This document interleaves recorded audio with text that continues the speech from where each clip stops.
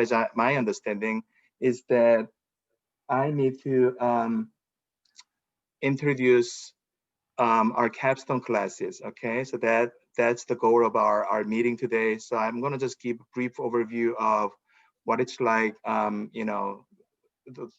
by demonstrating our curriculum briefly. So here's our brief presentation. All right. Let me put it on. Okay. So, to give you more clear understanding, I create this diagram.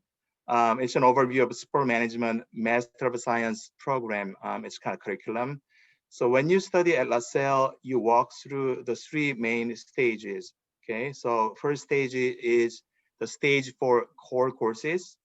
Second stage is pre-capstone.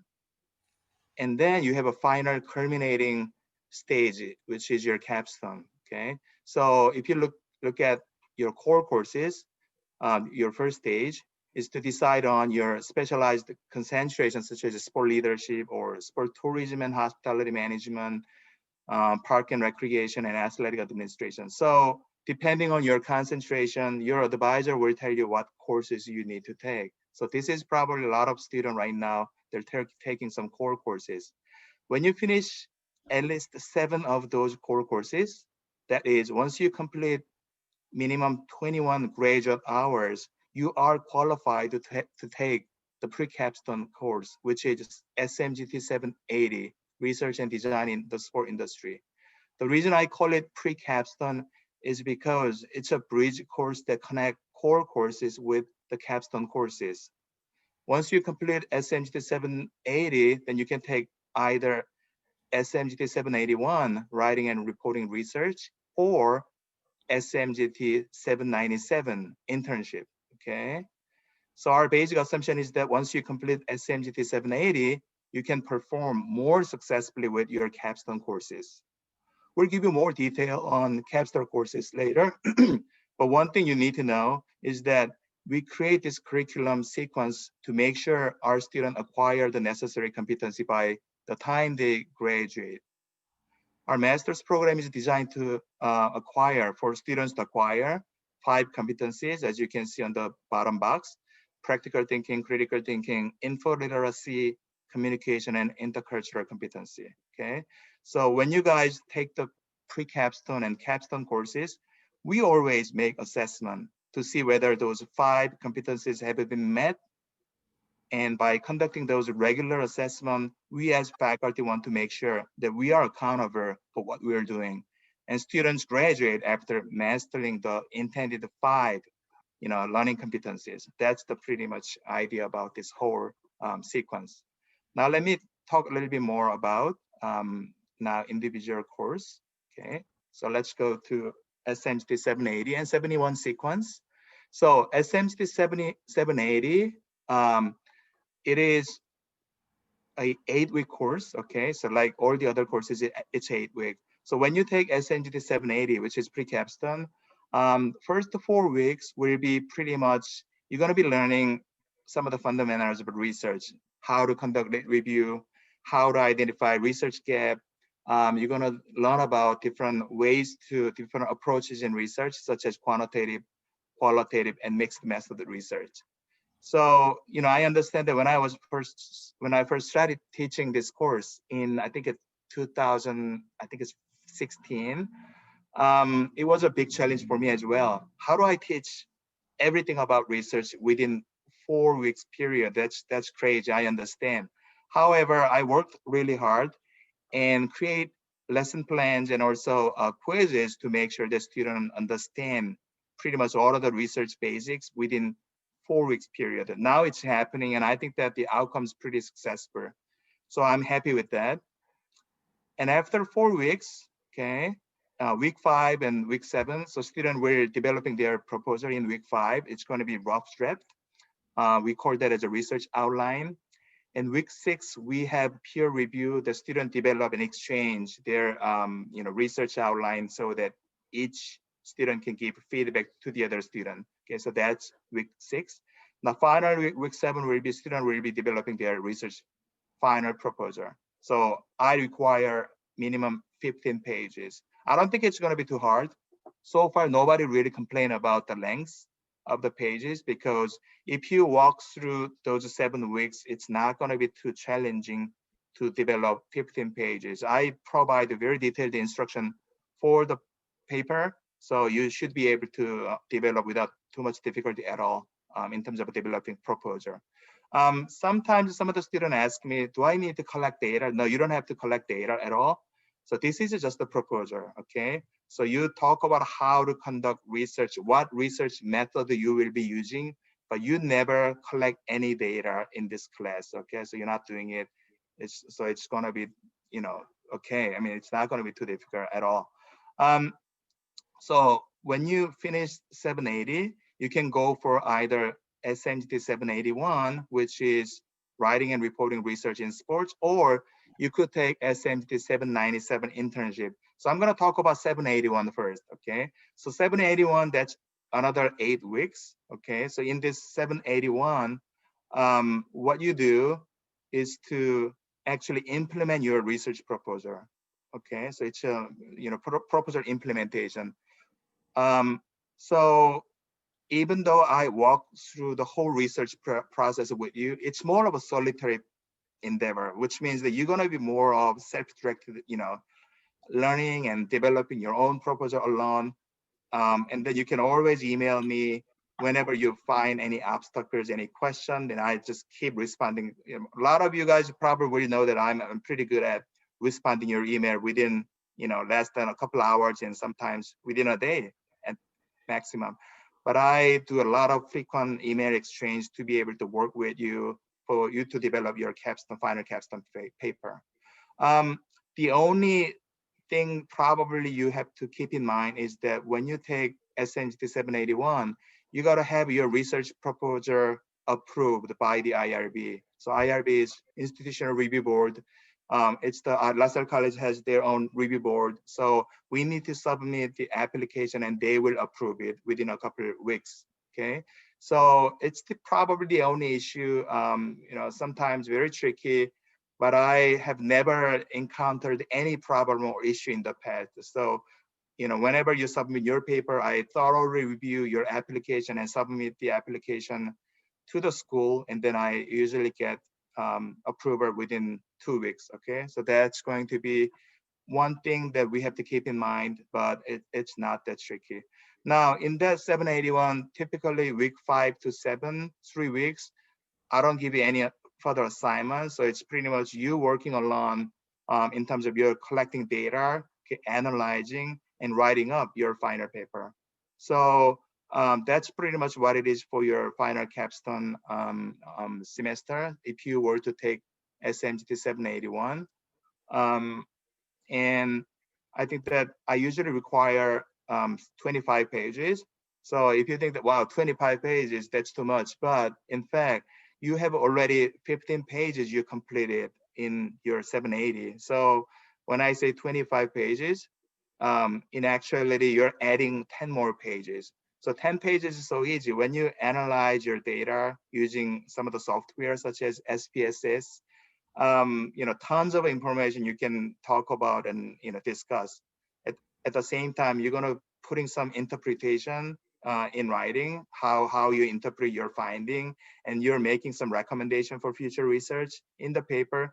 So I think that you can easily write up 10 additional pages, so it's not gonna be too much issue for most of you guys. So a lot of students actually say SMGT 781 was much easier compared with SMGT 780. Okay, so I hope that I gave you some brief overview of SMGT 780 and 781 sequence. All right, so now Professor Jenny Savage will talk about internship capstone class. Okay. Okay. So mine's going to be very informal. I don't have to share my screen. I'm just going to chat with you. Okay. The internship obviously is very different than the capstone. The capstone and Professor Kim's class reminds me of when I did my thesis, which was awesome, to be honest. And I think his class is just kind of a step away from that because you really don't have to execute your plan. So I'm just kind of, promoting that end of the spectrum as well. So the internship is totally different. The requirement is you have to be able to achieve 150 hours. Now that we have the pandemic, it's become very, what's the word? Difficult, I guess, for lack of a better word, to try and reach out to different organizations, especially for hands-on type of internships. So what I've done with grad students is they've been great as far as finding their own internships. And one thing that I will kind of recommend is if you can find anything remote, that would be awesome. Okay. If you are presently working in athletic department and maybe you're working in, I don't know, media relations, let's say. And so I have no issue if you continue to work in the athletic department, but in a different realm. Okay, so you kind of see where I'm going. So, in other words, let's say that you are working with an athletic director or you're coaching or something along those lines. As long as it's something different, I'm fine with that. And especially, trust me, I've made a lot of concessions as a result of the pandemic because I understand the frustration, and a lot of students had an internship and then it kind of went by the wayside. But with grad students, I must say, you guys are awesome because you've been extremely proactive. And I'll tell you, like since last spring, and I've had students do it during the summer as well, everybody was able to secure an internship. So with that being said, the requirements are 150 hours. There are assignments on Canvas. I talk a lot about salaries. You'll do a lot of research, not to the point where it becomes, cumbersome, but as far as looking onto different websites or blogs or whatever, because I want to educate you on things that are out in the workforce as well.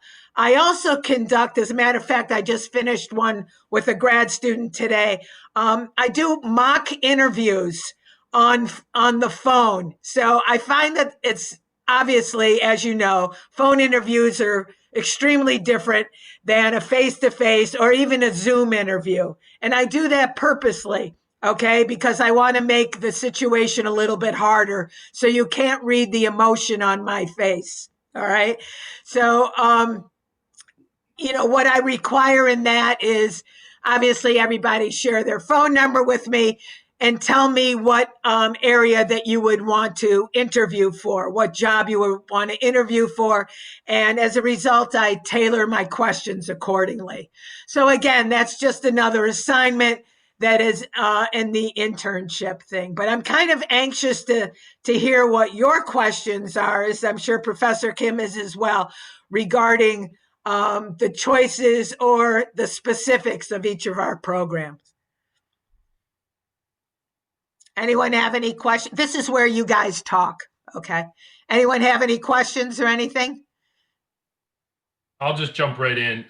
Good. Professor Kim, I thought 780 was being offered in the winter intensive program. Is that correct, or did I read that incorrectly? No, not that I know of. Okay. I never informed of. I never taught this course during the winter time. Okay, so it's just the spring one. It's being offered.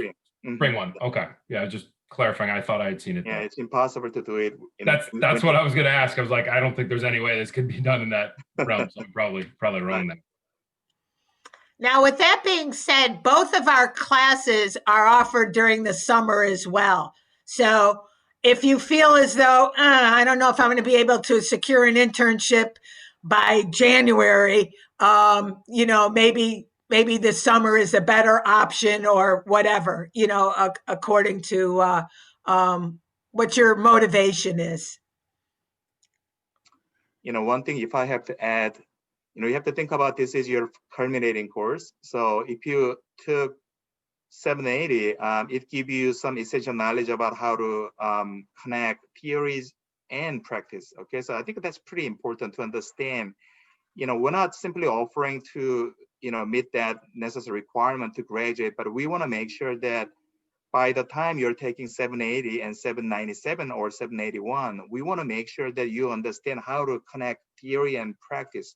That means that even though you're taking internship, you have to really think about how the learning that you gained through, you know, those core courses and essentially 781 pre-capstone, you should be able to think about and how to apply those knowledge to your job situation or your internship situation, so that when you write your reflection paper, I think that those has to be somehow integrated in the writing. I think that's very important, whether we require it or not.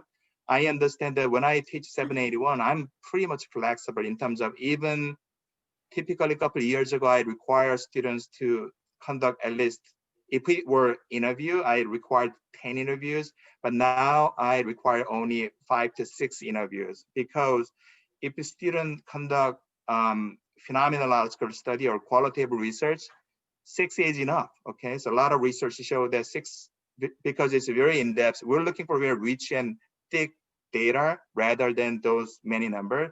So I'm flexible in terms of, you know, number, sample size. So if students say, oh, because of COVID-19, we cannot collect a lot of data, that's okay, that's totally fine. Do as much as you can do it. Manageable, okay, doable. So I'm very flexible. However, I just want to make sure when I teach this course, I need to see how students integrate knowledge from, how they extend, okay, 780, those core knowledge, to make sure that is applied to 781 or 797. I think that that's our, you know, attention and concern, because we want to just make sure that you guys graduating with the proper competency, you know, gained, okay? Yeah, that was my comments about. So One thing I do, if you have a question of what's an acceptable internship or not, I kind of applaud the fact if you do something in the nonprofit realm. What I mean by that is community centers, boys and girls clubs, YMCA's, things along those lines. And I'll tell you why I'm a big advocate of that. First of all, it's a huge resume enhancer. I have met with people from, you know, the Patriots, the Celtics, so forth and so on in the past. And that's one thing that they look for on resumes, okay, as far as the nonprofit area.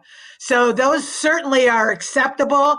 I mean, I've had students do internships, you know, in the coaching realm, working with athletic directors, and working with rec centers, recreational centers, parks, and things of that nature too. So if you have a question whether something's, you're unsure of whether it's acceptable or not, feel free to, you know, ask now or reach out to me and let me know. Jordan, did you have a question or anything? Or? I did. I actually have a question for the both of you. Sure. I'll start with Mr. Kim first. So I'm gonna be really honest. I was very apprehensive about taking the Capstone Research, because I struggle. You said I did great. I thought I did horrible.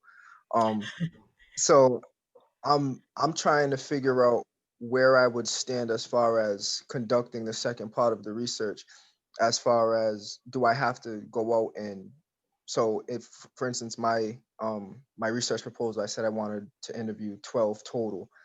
Do I actually have to go out and find the 12 administrators or 12 people to interview to incorporate in the SPSS? Because I've used SPSS in the past for undergrad, so I'm somewhat familiar with it.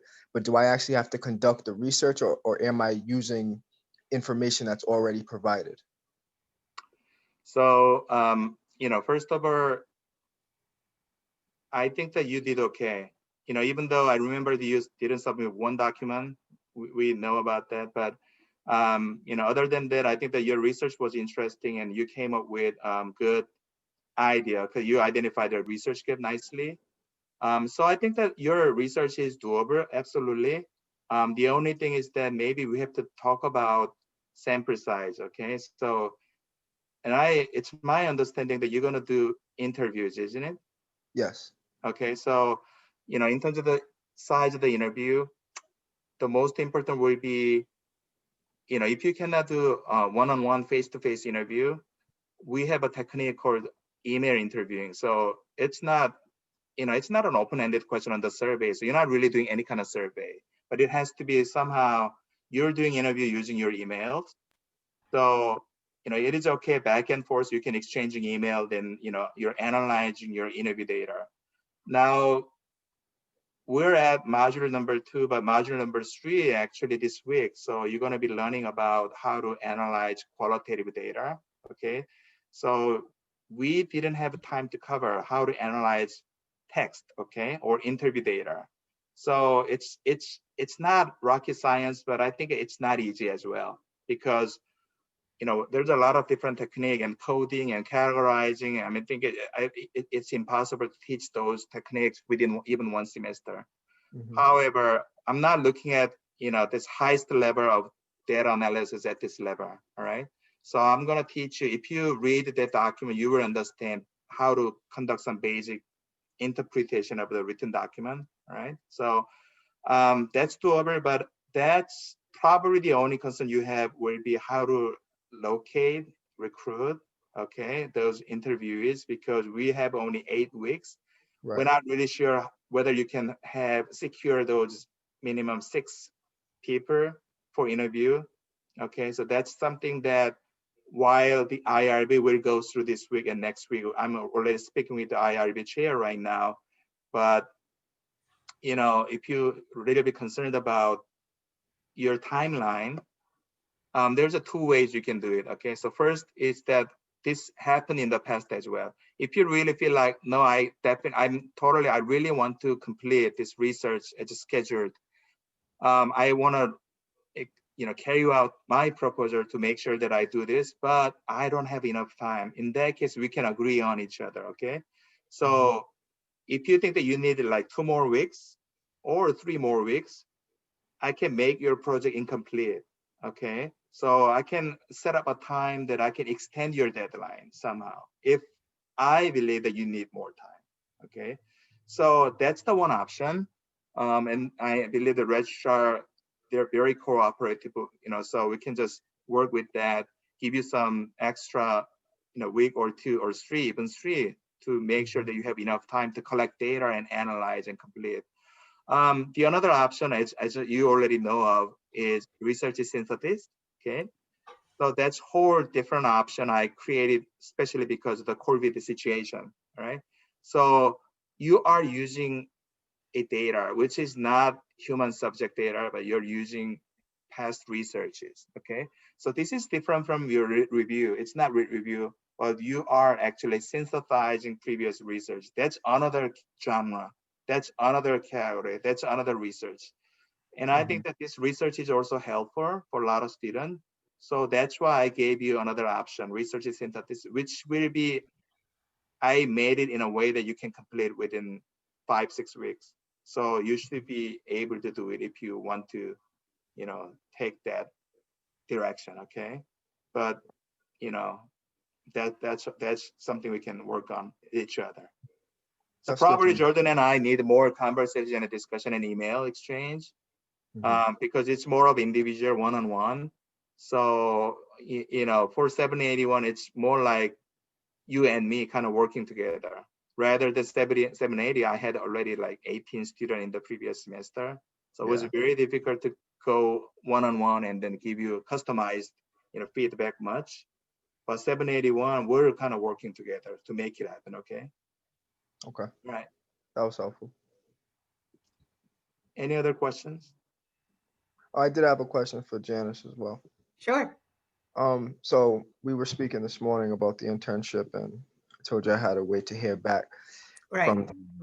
from the coach at the college. My question would be, as far as obtaining the internship.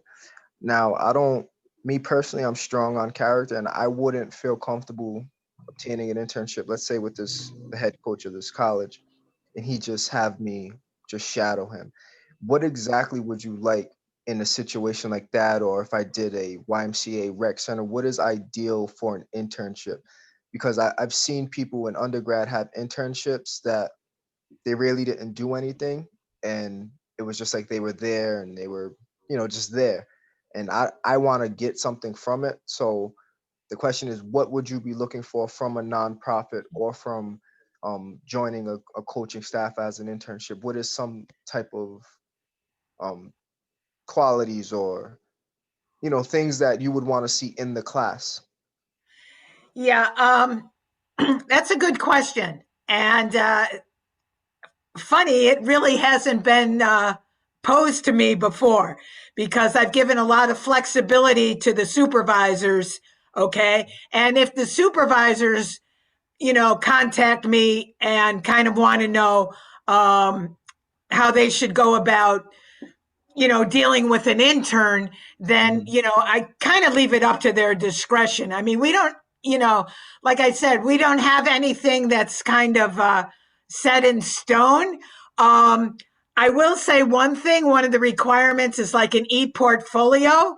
So let's say that you're coaching, okay? So what would be cool is, somebody actually videotaping you coaching and so forth. And that would be something that you could add to your e-portfolio. So, I mean, things along that line that would enhance you and make you more marketable. But as far as the responsibilities of the supervisor, I leave it up to their discretion because every place has been extremely different. And to your point, to be honest, when I do the mock phone interviews with them, because we talk about, it's a time that it's not online and we actually can verbalize what's going on. Everybody seemed to be pretty happy, and it's not like they're sitting back not doing anything. So they seem to be pretty active. And with that being said, I would urge people to be proactive. Maybe your department doesn't need something, but to reach out to other departments within the organization. Okay. Carolyn, one of the questions that Jordan posed to me today is, he's still waiting to hear on the possibility of him securing an internship. Is there kind of like a deadline that they have to make a decision whether to take the capstone class or the internship class? So I guess it would have to I guess the question is, as far as registration goes. No. So to my knowledge and in my experience, no. I always say that the deadline, the absolute, the strict deadline that exists is add drop, which I always say is like your absolute last resort, because that's 2, 3, 4 days after classes has started. I always recommend by the first day of classes, and then just for your own peace of mind, probably, as soon as you can before, but there's no rule. Okay. So, if Janice and Young are okay with it, and you're trying to secure an internship and maybe you change your mind to go to research, as long as there's room in the class and you get the permission from either one of them on an administrative side, there's no problems there. Oh, that's great to know. Yeah. And I will say, Thank I you. don't teach the internship class, but I've had experience advising a lot of students going into it. And one way to be proactive is talking to a potential supervisor about like projects they have on the back burner. Because a lot of times, sure, they'll let you shadow, but especially during COVID where there's been layoffs and everything else, sometimes they have, like a big project that I've seen some students just take on. And so their internship becomes, pulling together a report or, doing like benchmarking research against, different organizations, how they're doing things. So that's always a good kind of question to go into with a supervisor. Yeah, as a matter of fact, I had an undergrad student that worked with Emerson Hospital, and they were going to have a 5K run. And what she ended up doing was like being the event manager for it, and also doing the marketing and the public relations and so forth.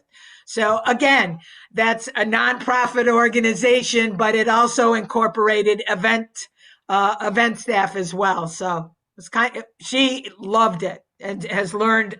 She's still in it, and she's learned a great deal.